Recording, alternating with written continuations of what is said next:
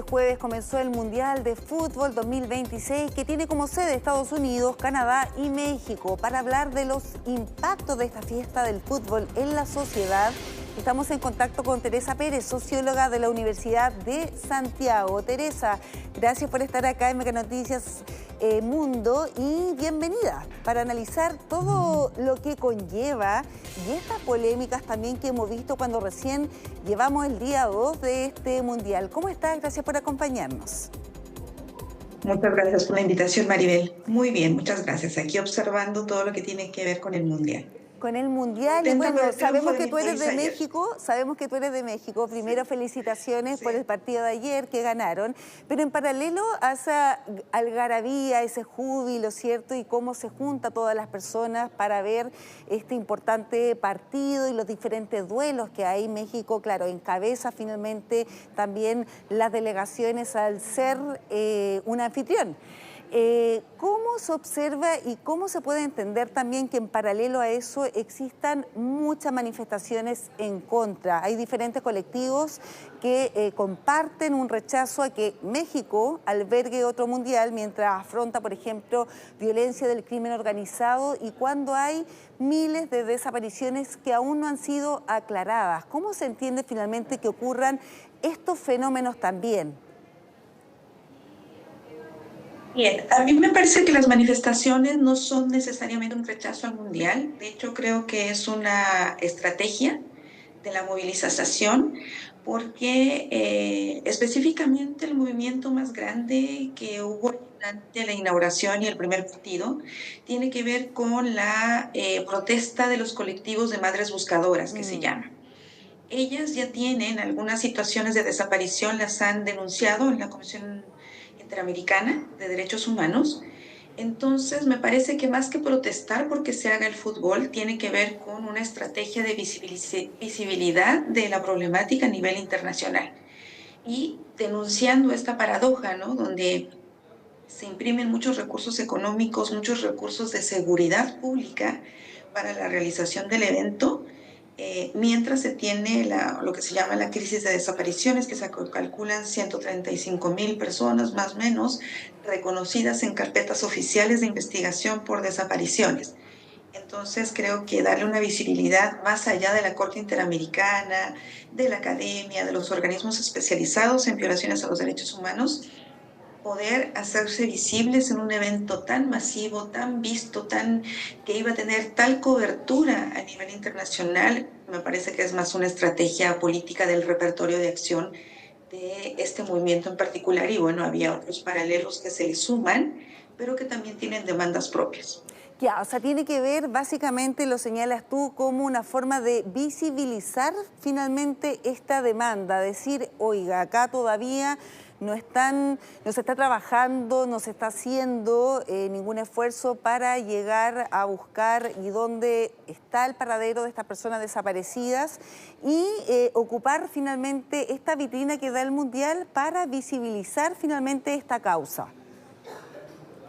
A mí me parece que tiene que ver con eso y no necesariamente con un rechazo al fútbol en sí, ¿no? Al evento, porque evidentemente es un evento que concita, que convoca a la ciudadanía. México también es un país de gran tradición futbolística, está en la cultura popular como en el resto de América Latina y muy buena parte del mundo. Entonces, no creo que sea un rechazo al mundial como evento en sí. Mostrarlo como una paradoja frente a lo que se está viviendo, una contradicción más bien frente a lo que se está viviendo y aprovechar la vitrina. Sí, a mí me parece que por ahí va. Y ahora viendo también otras polémicas que ha sucedido en estos recién 2 días y antes también, quizás, por ejemplo, lo que sucedió con este árbitro de Somalí que fue expulsado por tener problemas, dice Estados Unidos, con la visa. Él regresa después a su país, ¿cierto?, como un héroe.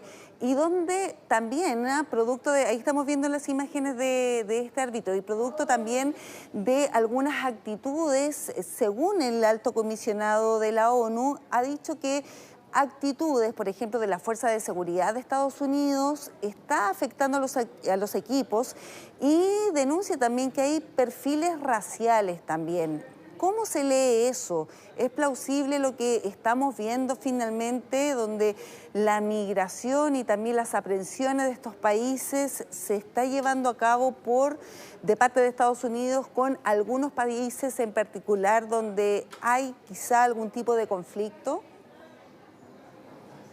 Sí, totalmente. Mira, yo creo que lamentablemente el fenómeno del fútbol, a pesar de ser uno de los deportes más populares, que se calcula que lo practican 270 millones de personas en el mundo, tanto desde este aparataje institucional que ustedes presentaban en la nota, que la FIFA, es la FIFA la que está involucrada en escándalos, por ejemplo, esta crítica que se le hace al presidente a propósito de las decisiones de Donald Trump, si bien está este aparataje que está como muy en cuestionamiento por varios escándalos, y entre ellos estos, y han tratado de poner reglas a propósito de la xenofobia, el racismo, el machismo también. Lamentablemente es un deporte que se ha prestado para que en lo que los sociólogos denominamos esta efervescencia colectiva, se validen estas emociones tan intensas, pero que tienden a deshumanizar a grupos y que efectivamente tienen esta marca de xenofobia, machismo, racismo. Y muy lamentablemente en este mundial, a propósito de estas acciones específicas de Estados Unidos, se está validando lo que desde América Latina, los estudiosos de los estudios decoloniales, en específico Rita Segato, ha denominado la pedagogía de la crueldad, ¿no? Todo lo que ha hecho Estados Unidos con el ICE y lo que hemos visto de la crueldad de separar familias y niños, de deportar niños, de deportar a donde sea sin mayores investigaciones, las muertes, las agresiones con una marca racial muy importante. Este hecho, lo que le sucede específicamente a este árbitro, hace que volvamos a ver esta escena, repitamos viendo este tipo de situaciones, pero casi en buen chileno pasen coladas. Eso significa, por eso se llama la pedagogía de la crueldad, que es una forma de enseñarnos a verlo, a pasarlo por alto, a naturalizarlo, no sorprendernos, no protestar y seguir con la fiesta del fútbol, ¿sí? Entonces es muy, creo que este mundial va a dar para muchos estudios sociológicos y antropológicos y también políticos, porque esta negociación que se hace, sí. Sí, no, te para estaba que escuchando la, para atentamente. que la, para que la selección iraní vaya a dormir a México. Es una Exacto. negociación que regula el conflicto, que finalmente lo que sucede en la cancha del fútbol, sobre todo cuando la confrontación es entre naciones, como lo es el Mundial o las copas regionales, es validar esta emoción, esta efervescencia, esta identidad nacional, reconocer quién es el otro, casi mirarlo como un enemigo, pero con reglas que regulan ese conflicto, con reglas muy claras, buscando el fair play. Esta negociación que se hace para que vayan dos países que están en guerra, un país, la selección vaya a dormir a otro país, parece una incipiente nueva regulación del conflicto, sí, ok, vamos a jugar, vamos a hacer fair play, pero ya esto de no dejar entrar pasa, contradice este intento de poner una regla de no vamos a ser amigos, pero nos vamos a tratar bien, vamos a respetar al resto que también están en esta fiesta, en esta celebración, pero cuando hacen esto van en contradicción. Por Ahora, eso me parece a mí que sí. sí, ahora Teresa, tú hablabas, claro, de que, claro, crece la efervescencia, ¿cierto? Este sentido de identidad. Y yo te quería preocupar ahí cómo ciertos mandatarios o líderes aprovechan esto para lograr mayor adherencia. Y te lo pregunto a propósito de una medida que me causó gran impresión del presidente de Ecuador, que anunció este jueves una baja del 20% del precio de la cerveza mientras dure, por ejemplo, el Mundial de Fútbol. Que uno lo entiende como una medida populista que busca generar adhesión de la ciudadanía que está en esta efervescencia, ¿cierto?, del Mundial de Fútbol. ¿Cómo se entiende? ¿Cómo lo lees tú finalmente? Pues lo es. Es una medida populista que se engancha del rol que tiene el fútbol, ¿no? en nuestros países y en muchos países donde se juega el fútbol, pero en América Latina se engancha con esto, lo que se denomina como la comunidad imaginada, ¿no? El fútbol tiene la gracia, decía Eduardo Galeano, de parecer un juego democrático. Es el símil a de que un ciudadano un voto en la cancha, en el estadio, no importando el precio de las entradas, ¿no? Y que además eso va a determinar dónde te ubicas, la calidad de la perspectiva que tengas para mirar el partido, si te da el sol, si te da el viento, si te llega la lluvia o no. A pesar de eso, cuando arengamos al equipo, cuando se arenga la selección, esos minutos de efervescencia o segundos de efervescencia dan la sensación de que todos valemos igual.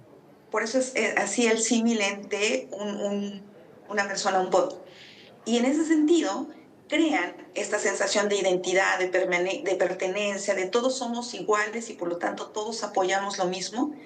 Y si a eso tú le sumas y le enganchas, vamos a celebrar, vamos a pasarla bien y lo vamos a hacer con cerveza, pues claro, es un enganche perfecto, ¿no? Y se crea este imaginario, ¿no? Le voy a bajar el precio para que todos tengamos acceso y esa sensación de todos somos iguales. Ahora, Teresa, ¿cómo se entiende, por ejemplo, de que un país como el nuestro, Chile, que lamentablemente no clasificó para el Mundial de Fútbol, también lo viva y lo vea con efervescencia? Obviamente no todos, pero en su mayoría se ven los partidos, se apuesta incluso, se realizan estas pollas en la oficina, etcétera. ¿Cómo se entiende ese fenómeno de un país que no clasifica, pero que vibra igual? Un país futbolero, ¿no? Pero si te fijas, todo el discurso que yo he podido ver en medios a propósito de que Chile no está, va acompañado de, por ejemplo, ayer, y bueno, a mí me pasa en el cotidiano, pero le metimos 7 goles a México, ¿no? Y pero lo hicimos o no estamos, pero igual lo podemos disfrutar, aunque no estemos, lo vamos a disfrutar, aunque no estemos, vamos a coleccionar cromos, aunque no estemos, vamos a hacer las cambiatón y nos vamos a juntar y vamos a hacer una fiesta. Sí. También es una forma de posicionarte como un nosotros, una pertenencia, ¿sí?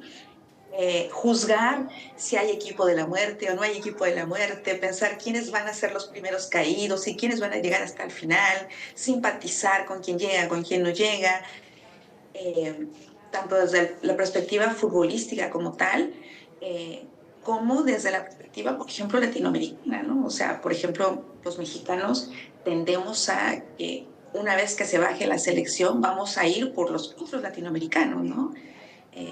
Muchos vamos a ir por quien sea que no sea Estados Unidos, por ejemplo, ¿no? Entonces, igual es un evento, un ritmo que tiene la habilidad, tiene la característica, la gracia de que concita a un nosotros sí. En relación a otros, pero en términos pacíficos.